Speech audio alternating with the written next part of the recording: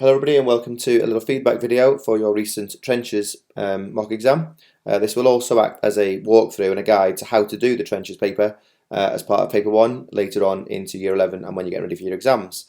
Okay, so as always it will be really useful to have your mock paper in front of you as you're watching this. Otherwise, as just a reminder of how to do the topic, maybe have a Google Doc open or your little revision books and make some notes as we go. Okay, so we're going to talk through what you could have done and what you should have said perhaps, as well as some of the techniques and some of the errors that we've made as a cohort. But just keep on focused as we're watching this on the technique of this paper and the content that you need to be including. It is a skills-based paper, so it's one of those ones that you can absolutely practice and get better at it and master it, unlike some of the essay questions, perhaps a little bit harder to do in some of the other exam papers. This and Section B of paper 3, Germany for us, is also a skills-based paper with, to an element, some sort of script going on. It's not a script, but there's definite checkpoints that you can train yourself to make sure that you're doing. All right, so some general feedback of this paper. In real life, you'll have about 25 minutes to do this, and then the rest of time on your medicine 3 questions. So there's 3 questions, and the total is 16 marks. Obviously, it's your first go at this. If you're watching it as feedback to your year 10 mock, if you're watching it as revision in year 11, then hopefully you have mastered some of the time management of it. But yeah, 25 minutes is not a long time, so you need to be really quick. You need to get into it and get on with it, do what you need to do and move on. As we've said, it's a bit of a skills-based paper as well, so you can practice how to do these questions and the techniques, and then once you've mastered them, it really shouldn't be much of a problem to just refresh before your exams in year 11. Question 1 is now split into 2 questions, 2 markers. So 2 random events or features you've got to talk about from the whole course on the Western Front. It could be anything from illnesses to tactics to a specific battle, gas effects, I don't know, it could be anything. So just make sure you've got your knowledge sorted for that. It doesn't take a lot of work to get your marks, but you do need to know a little bit of everything really to be able to do that question. Then you've got the source-based question, which is exactly the same as it is in the Germany paper. So you'll have 2 sources. You've got to try and say how useful they are in relation to a specific question. Remember, we've got our sort of little help acronym of COCO PP. So content, O knowledge, content, O knowledge, and 2 examples of provenance at least within each paragraph, just to try and make sure you're hitting all those things. We're trying not to make it a script, of course, but if you hit those things in your own explanation and your own way, then we should be okay. And you've got to do 2 of those things to get your 8 marks. And then the follow-up question, which obviously people struggle with, especially in this case as it is your first go at doing it.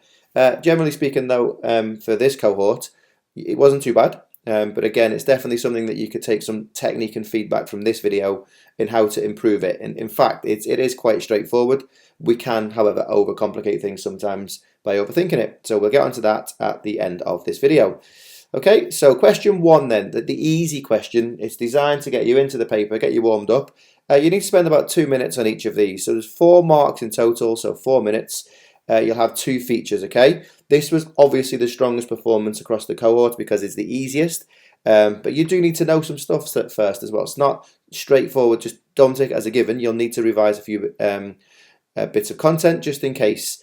So all we've got to do essentially is we have to identify a feature of whatever it is the question's asking us, and then we have to give some supporting detail about that. And more often than not, there could be 4 or 5 different examples of supporting detail. We really just need 1 sentence, 1 good sentence, or perhaps 2 not so good, but just enough detail to get that 2nd mark. And in this case, in this feedback video, your focus was trench design and illnesses in the trench. So you need to know some detail about those things, but quite clearly we can not know many more details than we'll need for just 2 marks, which hopefully will be clear in some of the examples in a minute. Okay, so some examiner feedback from the 2019 paper when this was an actual GCSE. He says to make sure, or they say to make sure that your illness that you're describing, for the illnesses one, describes what happens because of conditions in the trenches. That's what the question's going to ask, which you'll see in a minute. You can't ignore that bit. It's like we always say, you've got to be really focused on the question and what it's asking. So make sure you're saying what the illness is and why it was caused by the conditions in the trenches. So mostly this question is easy. If you pick trench foot, the conditions being muddy, waterlogged conditions, that seems quite obvious, doesn't it? Also make sure that you're separating your sentences from the one that identifies the feature to then your supporting detail. It just makes it really easy for the examiner to tick and see your 2 points, and then this second sentence that follows up. Make sure your supporting detail is really specific and not vague, which we'll see in our examples in a minute. So not something like it was muddy. How does muddy lead to trench foot, for example? So what you see in here is actual feedback from an examiner. So we should probably take that really seriously, shouldn't we? Okay, so let's see what this might look like in action. Just a little bit of a warning before we do. When we're looking at illnesses in the trenches, we've got to try and make sure that we think about illnesses, not injuries. All right, I would imagine you would be asked a separate question, a features question on the injuries, so shrapnel, machine gun, etc. Because this is about illnesses in this particular case, we're probably looking at the main three, aren't we? Shell shock, trench fever, and trench foot. And you have to pick one of them, okay? So let's start with trench foot, and you can have a little look at the photographs here. That might trigger some of your knowledge that you might want to talk about in this.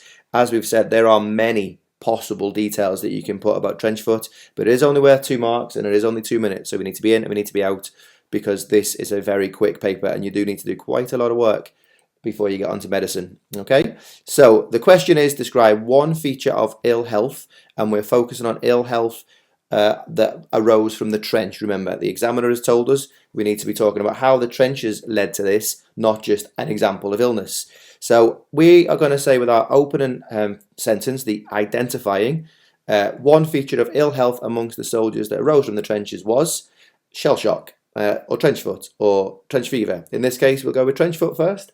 But can you see how clear that opening sentence is, that you're giving the examiner no doubt that your little answer today is going to be focused on trench foot? We've used the words of the question in our answer, which is always recommended. So that's 1 mark straight away, just for identifying that trench foot was an illness that soldiers get from the trenches. Our supporting detail. So trench foot was caused by the soldiers standing in muddy and waterlogged conditions in the trenches for large periods of time. That would probably be enough, that sentence alone, but if you can write a little bit quicker and we want to guarantee this little mark, we could say something else, that trench foot could lead to the soldiers needing an amputation as it could kill. You mean you could just choose the second sentence on its own?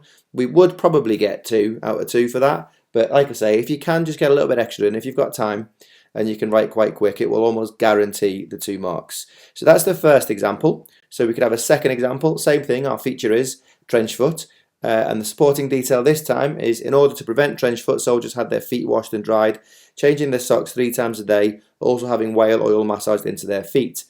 Okay, so that would work in a very general term of trench foot, but remember, and the reason why I put this example in is just to try and highlight the problem if we're not focusing on the question. This answer, whilst possibly would be acceptable, doesn't quite say why we need to dry and wash their feet. You just probably need to add a little bit of there, as that's because they're standing in this filthy water in the trenches. Hopefully that makes sense as to why we need to be focused on that question, and why the examiner said the feedback that he said. Probably because students in 2019 did something like this, but without just that little link back to the conditions in the trench that led to the illness. So hopefully that makes sense, and it's just adding a little bit extra to that, isn't it? After massage into their feet, to say this is because their feet were wet from standing in the muddy, wet conditions, something like that. Okay, so that's trench foot. Hopefully that one's nice and easy. Most of you did trench foot. So the second one we could do would be trench fever. Again, photographs on the screen here could just be giving you a little bit of a reminder about the kind of things that you know of trench fever. Remember, we don't need to know or write it and everything about it, but we just need some good detailed knowledge. So these photographs show the soldiers sort of picking out the lice from their clothes and popping them, and the delousing stations and things like that. So again, describe one feature of ill health among soldiers that arose from the trench environment. So we're going to focus on because of the trench environment, not just the illness. So again, our opening feature sentence, one feature of ill health among the soldiers that rose from the trenches was trench fever. Easy, straight in, 1 mark. So our follow-up detail could be, trench fever was an infection caused by lice in the trenches. The trenches were infested by lice due to the dirty conditions. So clearly we've identified the reason, the trench environment there. We've said about the dirty conditions. We've added a little bit extra here too, that it was nearly impossible to keep lice away. They tried delousing stations to destroy the lice, but when they got back in the trenches, they just came back. So a little bit extra. If we can get that extra detail in, we are just going to guarantee our 2 marks. Example 2, again, we have our opening sentence, which is just for trench fever, and our supporting detail, a bit less this time. Trench fever was an infection caused by lice in the trenches. Over 1 million soldiers got trench fever, which had flu-like symptoms, dizziness, and headaches. So once again, trying to catch us out a little bit here with this answer. We might be lucky enough to get away with it, but there's a very limited or implied link to the conditions in the trenches. So we'd need to add a little bit there, following the examiner's feedback and advice, to just say why the lice were there in the first place due to the dirty conditions or the filthy conditions. You know, the usual, what we've just sort of said in the previous two examples. But just make sure that you are so focused on that question, because it'll be a shame to lose 2 or 4 marks for something that is relatively straightforward in the big picture. And these 2 or 4 marks could be the difference between your grade boundaries overall. Okay, so the third illness that we could talk about would be shell shock. Again, as before, the pictures might give you a bit of a trigger. Clearly, you're not going to get these pictures in your exam, but just seeing the word shell shock should bring back to you some of the symptoms. So, focus on the question again, opening sentence. Hopefully by now you've got the idea. Clearly, one feature of ill health amongst the soldiers that arose from the trenches was shell shock. Shell shock was a physical or mental illness that impacted over 80,000 troops and was caused by the trauma of life in the trenches. And there's our bit of the question that we need, the trauma of life in the trenches. You could go on a little bit more if you needed to, with shell, explosions, death, all of it. But, you know, I think we've got enough. This is a quick question. We're in and we're off. And then it's given us a little bit extra detail here. I've written symptoms were nightmares, loss of speech, shaking, or complete mental breakdown. Okay. So a fourth one, a little bit of a rare one. Probably wouldn't do this one when you've got the 3 obvious. But dysentery is an issue in the trenches. So again, one feature of ill health, blah, blah, blah, is dysentery. Dysentery was caused by the filthy conditions and the many rats carrying disease. So I reckon we've probably done enough there to get the 2 marks. But we could probably give an example of the dirty, filthy conditions or something. But we've mentioned rats and we've mentioned filthy conditions, and that should cover us. Okay, so with your paper in front of you, hopefully you've seen, and most of you should have got maximum marks on that. Certainly, maybe you might have lost 1 on your supporting detail if it was a little bit vague. But hopefully you can see how you could quite easily pick up that mark with just a little bit more detail. So you need to make sure that you do know the trenches course so we can answer this question. Okay, now the source usefulness question. It'll be a bit longer on this one because it's the exact same technique for the Germany paper, but it's a lot of work you've got to do for 8 marks. So again, we'll start with some real feedback from 2019 from the examiners. They said that students need to remember to stay focused on the inquiry. In this case, it's stretcher bearers or the work of stretcher bearers. They said too often students lost focus and just started describing battles, tactics, going over the top without taking that back to the role of stretcher bearers. And this is the same in all of your subjects. Every single subject you do exams in, you need to be really focused on their questions. You can't make up your own question as much as you want to. And this is a really good example of this, as you'll see in a minute, how you could quite easily just go off onto random bits that if you're not bringing it back to the work of stretcher bearers, then you're going to get no marks at all. The examiner said in 2019 that the best answers were aware of the purpose of the sources, so their why were they made, and their intended audience. And you'll see in these sources, especially source B, it's really obvious what its intended audience is. So that'll give you something really easy to say. Sometimes I think the purpose of the source and its audience is not always obvious, but I think in this case, in this exam that you've just done and in this feedback video, it is quite clear. All right. Many good answers could not access the highest levels because they didn't include any contextual own knowledge or enough attention to the provenance of the sources, which is why we say always remember to try and get your COCO, content plus own knowledge, twice in each source, and then a couple of examples at least of provenance. At least we know that we are getting them in your answer. Whether they're good or not, we need to work on that, don't we? But the examiner is clearly telling us here that students in 2019 either did one or the other or neither very well. Okay, so that's why we use the acronym COCO and PP. All right, it's not enough to just say, I know this is true from my own knowledge. Some of you have done that, and that is a really common thing, and I understand why you've done that, but you need to say what the detail is that you know. What is it that you know that makes that useful, what the source says, not just this is true because I know from my own knowledge. Okay, it wasn't common, but it did happen, and you're just going to get no marks at all for that. All right, and also if you can, as we've said in class, it's always good if you can make a little inference or two in these sources. just to get those higher marks and higher levels. Just something the source makes you think, or you can work it out. Of course, it's always a good idea to practice your inference questions anyway, your skills. It's a key skill of a historian. We do it all the time, don't we? We make inferences about everything, but also there's an inference question in paper 3 too. All right, so that's some really, really good advice from the examiner there. And it's the things that we tell you not to do, but obviously in the pressure of an exam, sometimes we just forget some bits, don't we? So take that on board as we look through this section now. So how I think we should do this is break down each source into what it says, and then we'll have a look at some of the content and knowledge you could have used if you wanted to, and then we'll have a separate look for each source at their provenance, and then there'll be a model answer at the end. That should hopefully get you 8 out of 8. So some more general feedback about the source question from the marking of this, rather than just generic from the examiner. The structure, okay, so you do not need an introduction. Many of you did an introduction sort of saying sources A and B are useful for, you've got your judgment in there, and that's fine, and that might help you get a mark, but just get straight into the first paragraph, which is source A. All right, all together, and then a second paragraph, which is source B. We just don't need it, and you certainly don't need a conclusion, and we do not need to be comparing which source is better than the other. Wasn't common, but it happened, okay? And it's a waste of your time. Bear in mind the amount of time we've got for paper 1 is very limited anyway. And please just keep those sources separate. Some of you are mixing your sources up within a paragraph, so there'll be a bit of A and a bit of B, and then another paragraph with a bit more of A and a bit more of B, and then a bit of provenance. It just makes it very confusing. What we're trying to do is help the examiner see our point and our evidence and our thoughts very, very clearly to allow them to give us some marks. If they have to work out what you're trying to say, that's just less helpful. Okay, and you'll see throughout some of your papers, we've written so what? I don't mean to be rude about that, but so when you say something, make sure you're saying why that makes it useful. All right, the why is really important. So you've picked out something from the trench and said this is useful, and then full stop, but you're going to get no marks for that. Okay, so for example, don't just say it's a painting. You need to go on and say why it being a painting is useful. Okay, so always make sure you're saying this is useful because, for whatever the because is. If it's provenance, content, or knowledge, go on to elaborate, to just have a bit of detail.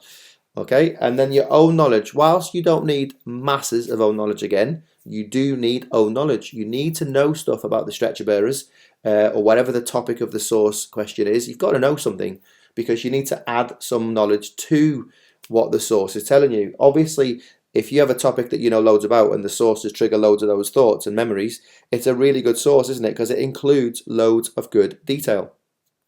Especially if you didn't know anything and you were learning about, I don't know, stretcher bearers for the first time. If a source gives you loads of good detail, then that's going to make it a much more useful source, isn't it? So just make sure you know stuff and your knowledge is specific, that you're backing up to the quote that you've picked. Okay, you don't need to put every single thing in. You haven't got time to write every single thing, and that's really kind of what's gone wrong here, I think, for some of these, is we've written loads and loads and loads and loads and then run out of time. Remember, you would have 25 minutes for this question in real life. So make sure your knowledge is specific, but you just need two or three good bits of knowledge to back up whatever quote you pick out of the source. Time management, as we've said, is really, really tight, so make sure you give the source question the most amount of time. You could probably get away with question 1, 4 minutes, and the follow-up question perhaps 4 or 5, and then that leaves us with I don't know, about maximum 16, 17, 18 minutes, but certainly not more than that. You're looking at about 25 minutes for part 1 of paper 1.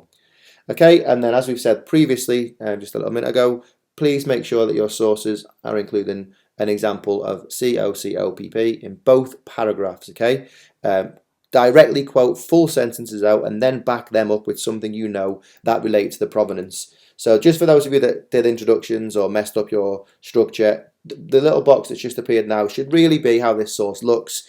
Just 2 paragraphs, get straight into it. Source A, content plus some more knowledge about that content. Another quote plus a bit more knowledge about that quote.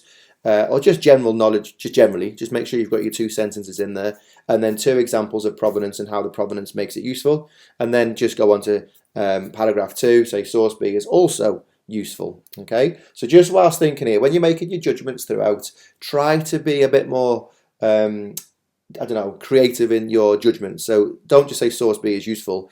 maybe say source B is particularly useful, or very useful, or exceptionally useful. Something, if you do feel this source is actually really, really good, then give it that little extra oomph in your judgment. Okay, so let's start breaking this down. We're going to annotate this source first to look at some of the content that you could have picked out.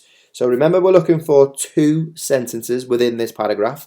This source for me is absolutely outstanding. I'm going to show you now really quickly that there are 5 possible sentences that should have triggered all sorts of knowledge for you. So the first sentence we could have picked out is the first part of the source. At 2 a.m, a terrifying bombardment began, and at 5 a.m, the first batch of wounded began coming down the communication trench. You could put that whole sentence in, and then that might trigger some own knowledge or some contextual knowledge about being attacked at any point, having to be ready, conditions they work in, and reasons why it might have taken 3 hours. But we'll get onto that in a sec. You could also have picked this sentence. It was evening by the time I got out of the trench to look for more wounded. I went off with another man to search for the wounded. That could trigger the fact that you know they are often out in two to fours in their little teams. You know that they had to go out finding them. Soldiers hid themselves sometimes, crawling into craters. Whatever. Straight away, you could be thinking about what it is that you want to say. So there's the first 2. You could then pick out this sentence if you wanted to. We found most of them in the wooded area, so weak that they could not call out. They were so relieved at being found that I had led a search for more wounded. Okay, so there's a third sentence. We only need 2, so you pick that one. That might trigger some of the knowledge that you've got about the actual work that they did whilst they were looking. A fourth sentence, it says it was awful work getting them out of the shell holes. It was also hard to find enough men to carry them because the stretcher bearer was so exhausted. So you could choose that sentence where you're saying source A says, and then you write that one, and that hopefully is going to trigger your knowledge about not enough stretcher bearers, especially after a battle, high casualty numbers, meaning lots of soldiers had to wait, whatever it might be. And we'll see in a minute some examples of own knowledge. And then, of course, the very last one, you could have that. Finally, we got our last wounded to safety at 4 a.m. the next morning. Altogether, we collected 18 men in a single day and were certain that no one was left behind. This source is excellent. It really is a great source because there's so much in here that can trigger your knowledge. If you're having a bit of a tough day and you're forgetting things, or maybe your confidence isn't so high, then use the source. Let the information in the source trigger some of your own knowledge. So for now, because we're just looking at content, we'll ignore the provenance. We'll come back to that in a minute. So let's now see how we can support some of this content with things that you could have said. So I'm going to break down all 5 of these sentences and try and give it some supporting information that you could say. So that's the first one, the first sentence. We could follow this up, support this with our own contextual knowledge by saying, we know that attacks could occur at any time, night and day, which supports the quote. Stretcher bearers had to be ready at all times to get to work. All of this is useful, and it just makes the source even more useful. We also could add in our own knowledge that this attack more than likely led to casualties within the trench system itself, being at night. Chances are they're going to be resting or asleep when this attack happened.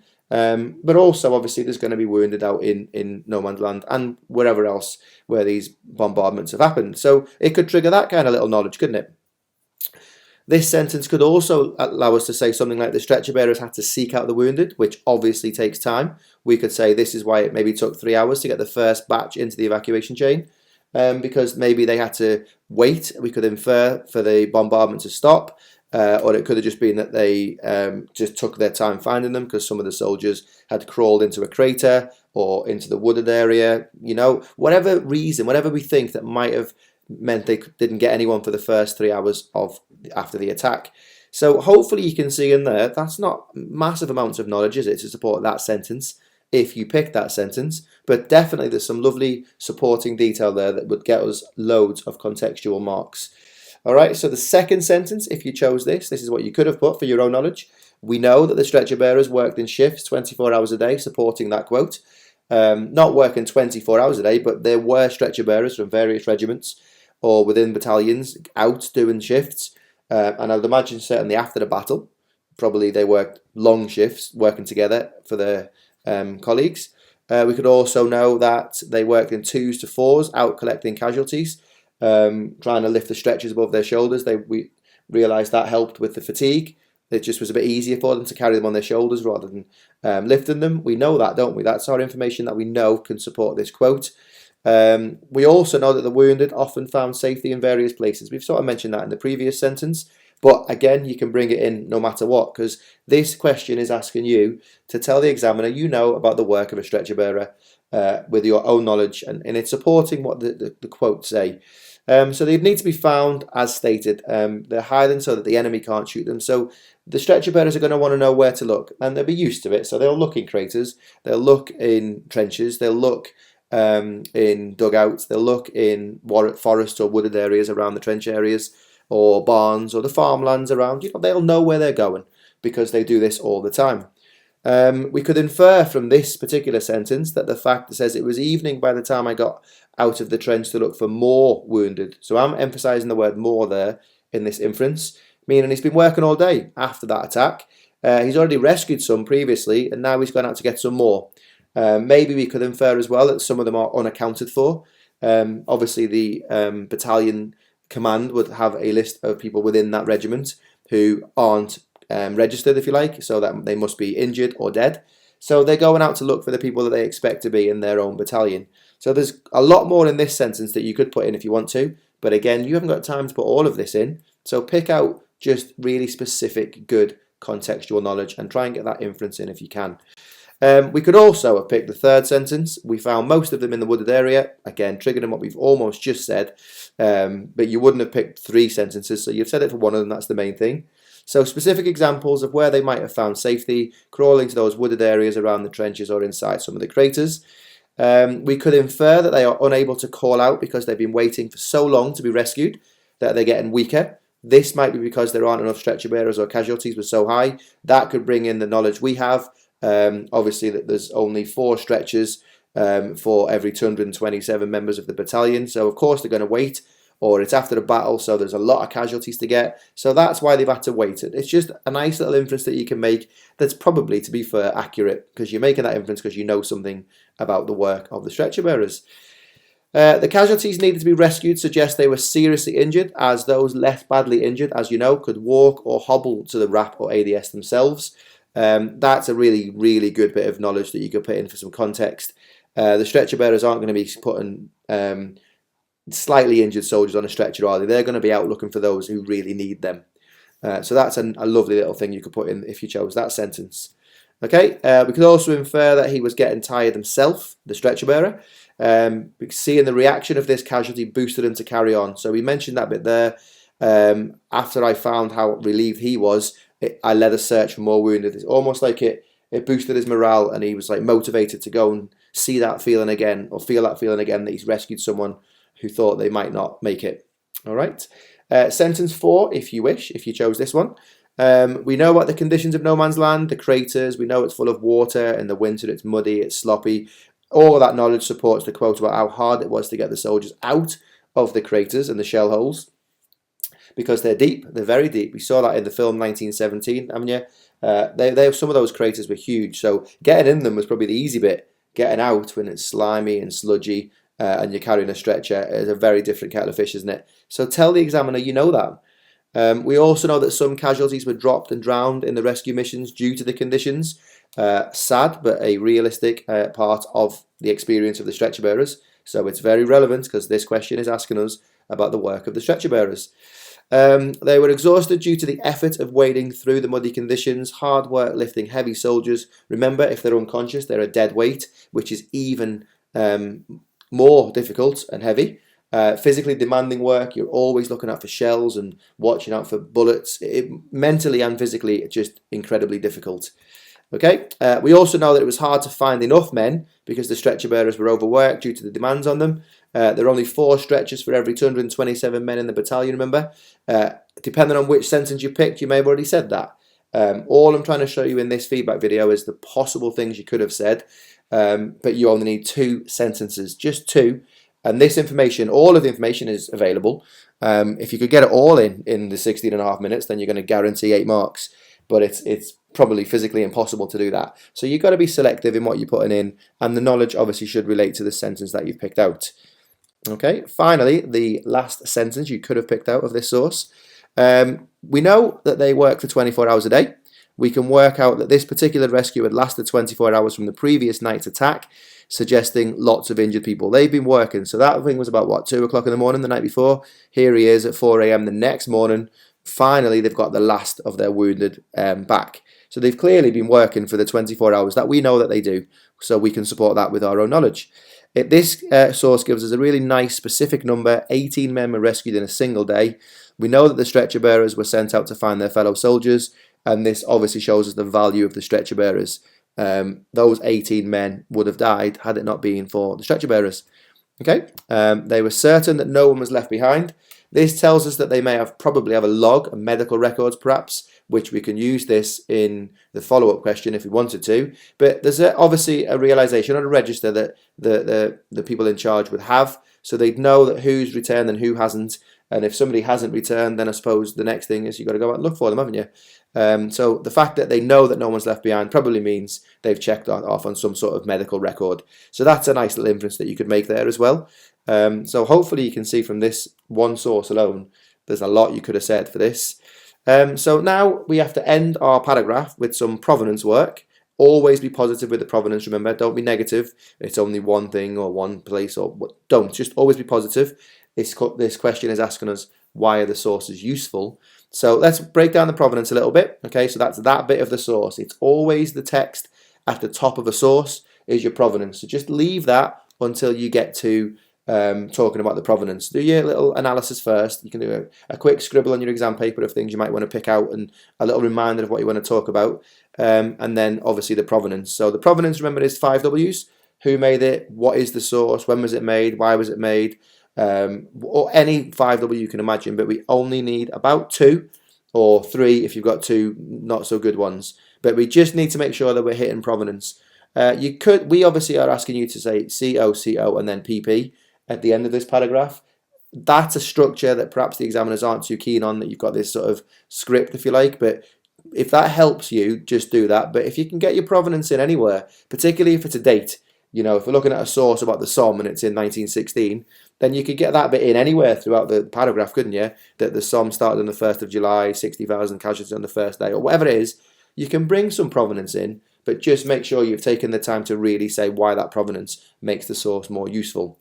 So the provenance in this case is at the top of the source. So it's a private letter to his family, making it even more useful when we talk about making those little judgments a bit more interesting to the examiner. So even more, particularly, especially useful. It's likely he's going to be honest to tell them how hard his work is, not exaggerating it or lying. He's just telling them our job is really hard. Also, the fact that he's sending these letters home, chances are they've been read by the powers that be, and it would be censored if it wasn't correct.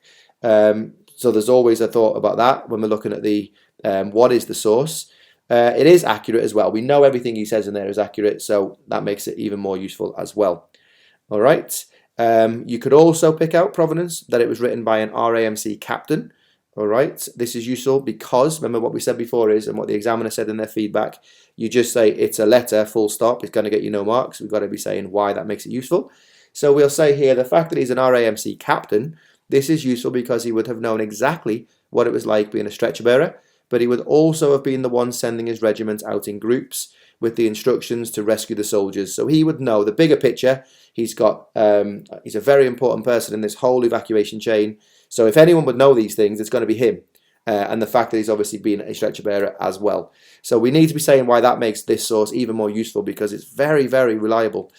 Okay, and he's writing it in 1915, which is during the war. Okay, what he's saying has just happened, or is happening currently as he's writing these things. The fact that he's a captain, he's probably going to have to write some log, isn't he?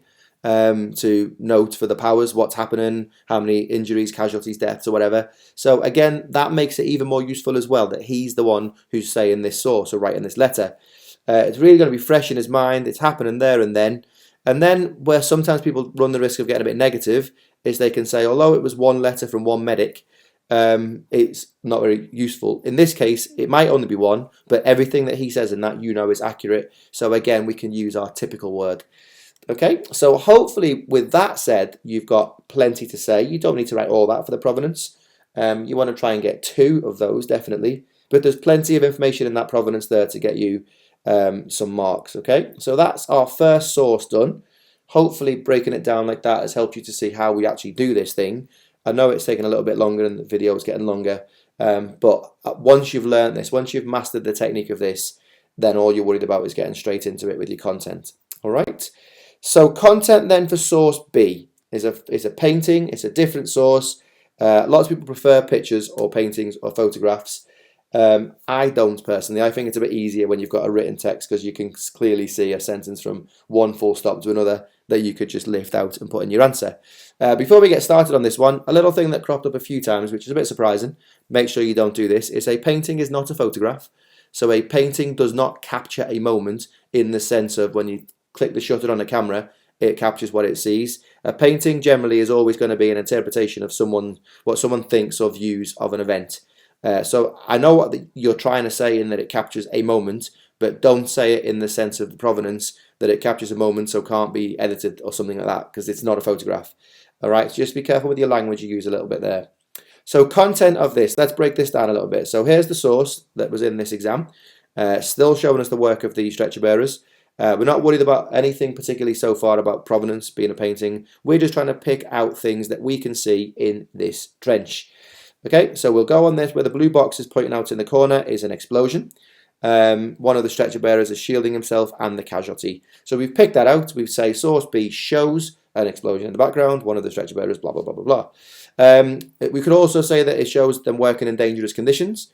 So that would be our content. And to support that with the own knowledge to back this observation, we could say something like, we know the stretcher bearers had to work in all conditions and in very dangerous conditions, always vulnerable to shell and artillery fire as well as machine gun fire. So we can see that we've got a nice couple of sentences straight away, and all we've picked out so far is one explosion in the background. Okay, we could also say with our little inference, if we can remember, that the stretcher bearer is used to working in these conditions as he's done many rescues, hence why he's shielding himself. He expects it to come. He's been out there many, many times. All right, remember an inference as well is something that what makes us think. We might all have different inference about things. So if you can make one or two, that would be really good as well. All right, so another little bit of content we could pick out here is the fact that there are 4 stretcher bearers working together. So source B shows 4 stretcher bearers working together to get this casualty out of the trenches. And our own knowledge, obviously, we've mentioned it in the first source. We know that they work mainly in 2 to 4s as supported by this painting. We also know that they could work in bigger teams and often did, depending on the context and where they are and what's happened. But nice, easy bit of own knowledge there to support that observation. Okay, third little thing we could pick out, remember we only need 2, is we've got this guy lifting the soldier out of the trench, showing the difficulties and challenges of the terrain on the rescue with damaged trenches too. Now we could also note here that looks like possibly a little bit of a dugout in the bottom right hand side of this painting. So maybe he's come out of there, which could be a RAP or an ADS, which we'll get onto shortly. But that's the kind of thing that you want to be thinking about. So we'll talk about that in a sec. So some knowledge or context you could bring into this about lifting them out.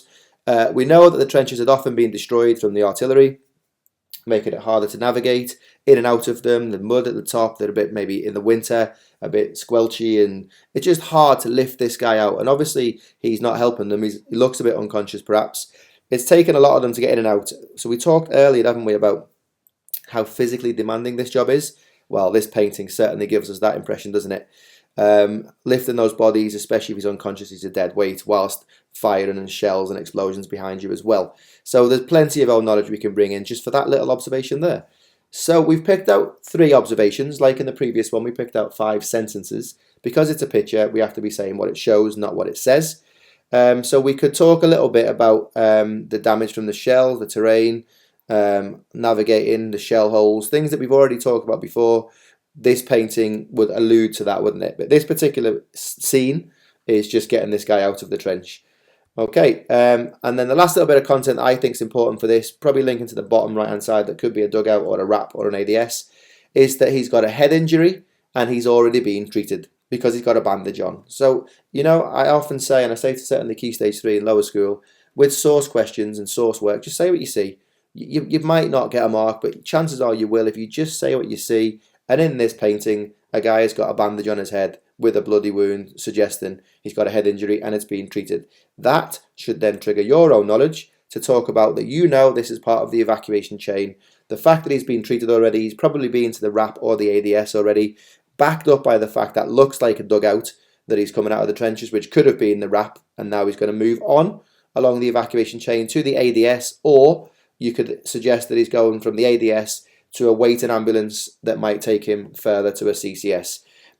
Just a little bit of knowledge about the evacuation chain, but don't go on about the evacuation chain. This is not about that, but you know a little bit of knowledge that you could bring in to show what these 4 stretcher bearers are doing with this guy. All right, because he's clearly going on for further treatments, because if he was dead, he wouldn't be getting lifted out the trench, would he? And also the fact that we can see the explosion in the background supports that this is probably the RAP or the ADS, as we know that they are frontline trenches and are vulnerable. So hopefully that has also triggered a little bit of information that you could have said. Remember, hopefully you're looking at this with your own paper, so you can see, oh yeah, hopefully you're thinking, I could have said that, I get that, I understand that. And then next time, you do include this kind of information. All right, so back to provenance again. So we've got plenty of content picked out. We've got a bit of our knowledge to support all of that. So our provenance is at the top of the source, as always. In this case, we'll start with Gilbert Rogers had served in the RAMC, making this even more useful as his painting is based on his own experiences. He would know what the conditions were like and the dangers facing the medics, because he's the one who's done it, and he's set the work, and he's told his stretcher bearers where to go and when to go and who they're looking for. Also, it's a very typical scene, so it might only be one painting, but you know that if you talk to any stretcher bearer about getting people out of the trenches, they probably describe something very, very similar. So typical and accurate, even more useful. Okay, it was painted as the war was ending. Possibly you could make a little inference here. The purpose of this, remember the examiner in the feedback has said, try to talk about why an audience, possibly to honour the incredible work of the stretcher bearers, is why it's been painted, and the sacrifices made by the soldiers, choosing to focus on the difficulties faced and therefore how good they were. And that's something you might want to work out, but it kind of makes sense, doesn't it? That's why it could have been painted. Paintings are generally to commemorate something, aren't they? That's why they're done. Royal family get paintings of themselves after big battles. Elizabeth had paintings of the Armada, for example. So that is a possible why it was painted, the purpose. I said before, I don't always think it's easy to find the purpose, but in this case, that is a definite possible purpose of this.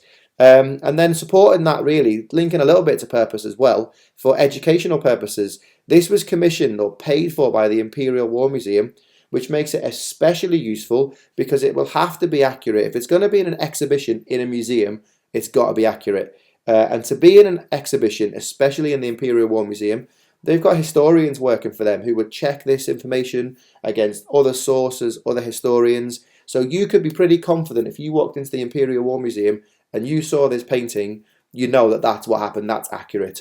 So all of that in particular, I think the provenance in this source B, is much, much better than source A, and you could get a lot out of it. And it wasn't done particularly badly, but looking at the information on the screen here, you could have done a little bit better as well in some of those bits of detail. All right, so we have now broken down these 2 sources into what they say, what we know, and some provenance. So there's a model answer. It's not the greatest thing in the world, but I would imagine it would still get 8 marks. So I'll start with obviously the judgment, as we've said. Always start each paragraph with a judgment.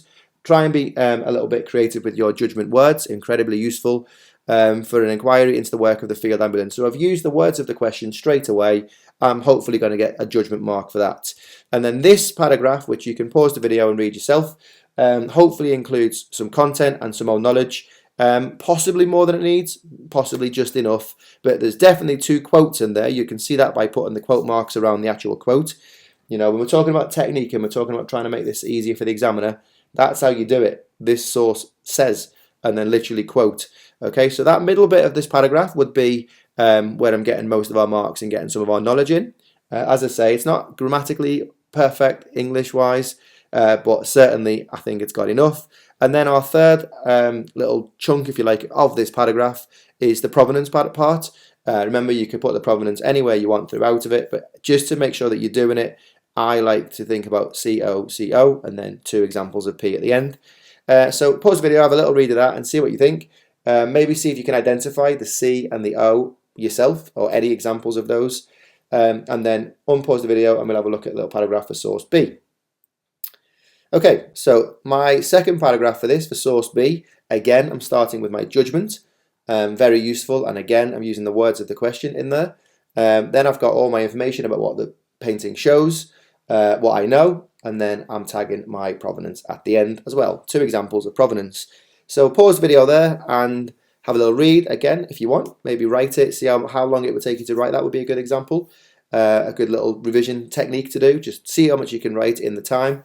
Perhaps read it, turn it off and write it again off what you can remember. Or mark it with your COP. Just highlight if you want. Okay, but I reckon I'm pretty confident that would get top marks. I think there's possibly a little bit too much that you could say in that time, but if you can write fast and you can get a little bit extra in, then there's no harm in doing that. Okay, if you are a bit of a slower writer, then you just need your minimum sentence with some knowledge, another sentence with some knowledge, and then 2 provenances. Obviously, speed is an important thing, and you can only get better at that by practicing. Okay, so that is question 2A done, the source question. So now we have our little follow-up question, which again can be a little bit troublesome. So here's some feedback from the examiner in 2019 for this follow-up question. It's only worth 4 marks, but these 4 marks could be the difference between a grade. So we want to try and get them, don't we, wherever we can. There's some easy bits and a little bit more tricky bits. So the examiner said about a 2019 paper that the detail and the question that you make up has to be linked to the focus of the inquiry, just like the source question. In this case, it has to be related to the work of stretcher bearers, not a battle, not a treatment, not gas effects, but something about the work of stretcher bearers. If you're not doing that, it doesn't matter what you write in your box, you're going to get no marks.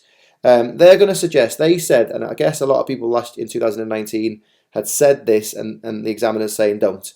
When you ask a question, so the second part of this, which you'll see in a minute, don't focus your question on, in this case, just 18 soldiers recovered. We know that's what the source says. When you're asking this question, it's going to be vague. It's going to be big. It's going to be about the Western Front, hasn't it? And if you're asking a question just about 18 soldiers on Wednesday, the 15th of June, 1915 or something, it's not big. It's not Western Fronty enough. So just be careful that the question you're asking has got to be big. Try and always end it with something like on the Western Front, and that hopefully will keep you bigger. And you'll see what I mean in a minute with a model answer. All right. The examiner also says don't write a question in the first part of the answer. That is literally just for you to put a quote in. Now, every single one of you can do this because all you've read the source already. You've just answered the question on source A, so you know it. All you have to do is think of something that you think in there that you could ask a question to find out more about the work of stretcher bearers. Don't write a question. Literally, just quote the entire sentence, and you're going to get 1 mark just directly lifted from the source. So let's make this easier for yourselves, okay? The source that you identify to help you answer, so for the third part of this, it's got to be a primary source. So don't say something like a history textbook or something like that. None of you did, which is brilliant.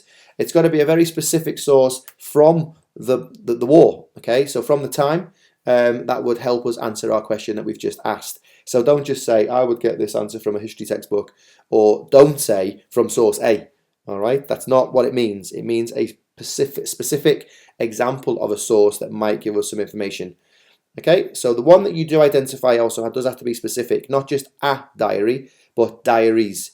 Okay, so we're looking bigger, aren't we? We're trying to get a big picture here, and if you look at just one diary, that's not going to help us answer our big Western Front question because it's going to be just the experience of one person. So that's not going to help us get a nice big overall answer. All right, all the diaries are useful. I would try and avoid using diaries if you can, because each soldier might write something very specific to them. Anyway, even if you had 100 diaries, there's still better sources that you can use, particularly related to the medical medicine course, medical records, sorry. I try and get in the habit of medical records from a RAP, ADS, CCS, or base hospital, because you can sort of manipulate that into anything you want in the fourth part in how that would help you answer your own question. All right, so as I've just said there, diary is a little bit vague. They can be used and they can be okay, but broad isn't quite the case. The examiner themselves have said it's just not specific enough. As I've said, a soldier could write about something random in their diary, not something that happens as part of the course, as a instruction from the captain, or something that happens every day. A diary might be more personal. They might have just thought of something their way or done something a little bit different to how they're supposed to, not follow protocol. Either way, you'd have to have thousands of diaries to get a bit of a big picture. So try and avoid diaries if you can. Go for medical admission records or something from a aid post. Okay, and the questions about how many casualties were recovered on average how many stretcher bearers were themselves injured, what training they had in first aid. They're all appropriate. They all work because they're nice and vague, aren't they? Anything on average allows you to be nice and vague over the Western Front. So stuff like that is quite useful. Okay, so let's have a little think about how this looks in real life. And based on a couple of your answers, we can see. So how could you follow up source A to find out more about the work of the stretcher bearers? Here is the part of the exam paper that you will fill in. So straight away, we need to remind ourselves that we are working on the stretcher bearers, not anything random. So don't make up a question that isn't to do with the stretcher bearers because you'll get no marks. So the example or the detail, I've picked out, we collected 18 men in a single day. And I've done that on purpose to try and show you what the examiner means in their feedback. In this part, that is absolutely acceptable. We collected 18 men in a single day. What the examiner is saying for the second part, if you ask a question about those 18 men, that's not big enough or broad enough. So your question needs to be something like mine. What was the average amount of soldiers rescued by the stretcher bearers on the Western Front each day, or each week, or after a battle? Something average. But can you see how my question isn't related to just the 18 men, but it's about the work of stretcher bearers, about collecting them or rescuing them? It's the same principle of what I'm writing about. My question is asking about collecting men, soldiers, but not the 18. I don't really mind about the 18. I need to ask a question that's about the whole Western Front. So the type of source I could use for that, I have picked medical records, the admission records from the RAP or ADS, or the CCS on the Western Front. The reason why I've picked that and why that might help, as I've said here, this would tell me how many men were brought in by a stretcher bearer, hence rescued by a stretcher bearer, and then I could work out a daily average that had been rescued. That would tell me brought in by such and such, they'd have their army number, a bit of detail about what's wrong with them. If they walk there themselves, then of course it would say that, wouldn't it? They walk there themselves. So looking at all of those admission records from a RAP or ADS or CCS, because they will be logged, everything that happens is logged, I can then work out how many were brought in by a stretcher bearer, and that could help me work out for my question how many were rescued by the stretcher bearers in the first place. Hopefully that makes sense for that question. It's tricky. It's not the easiest 4 marks in all your exams, but there's definitely a technique to it. Okay, so just remember to make sure your detail is just a sentence. Just pick out a sentence that relates to stretcher bearers, and then the question that you ask, make it nice and broad. The source you need to be primary and very specific. Always end something on the Western Front. Just go in there with the idea that you're going to say medical records or admission records or army records from the RAP, ADS or CCS or something like that. Okay. Just as a little aside, while this is a feedback or revision video, if you're working with stretcher bearers, chances are it's going to be the RAP or the ADS that they're working in, aren't they? Because they are on the front line. The CCS, you might have a stretcher bearer who gets them there or is there for whatever reason, but probably they've been on an ambulance. So if you're looking at stretcher bearers, just in the back of your mind be thinking, right, that should be RAP or ADS. Same principle though in the source that you use. Okay, so hopefully you can see whatever you did for that question, whether you did it well or whether you did it not so well, or whether you put a diary and I've circled it and said diaries. Just make sure you're trying to get that technique sorted. Okay, so thank you for watching this video. Hopefully it's been helpful, both as feedback to your exam you've just done as a mock, but also if you're watching this in year 11 before your exams, or even before your year 11 exams, mock exams, hopefully it's just triggered the technique of what to do. It's a lot of work to do for 16 marks, that is for sure, but if we can practice it and we can get strong at it, then that is basically 16 marks that we could really get without too much effort that can support our overall grade. So as always, if you have any questions, please let your teachers know, and we'll try and answer them specifically. But look through your paper with this video, and if you can improve it, then improve it. If you think that we've marked you too harshly, let us know. The whole point is that these exams, these practice ones, are just to get better, to get feedback and improve. Okay, so our website, as always, has got every single lesson on there, recorded or just the documents that you can click a link to. So your revision is sorted for the exam course, as well as loads of other revision documents as well and resources. So please remind yourself of that, spend some time on that, and we will see you soon for the next video. Thank you very much and goodbye.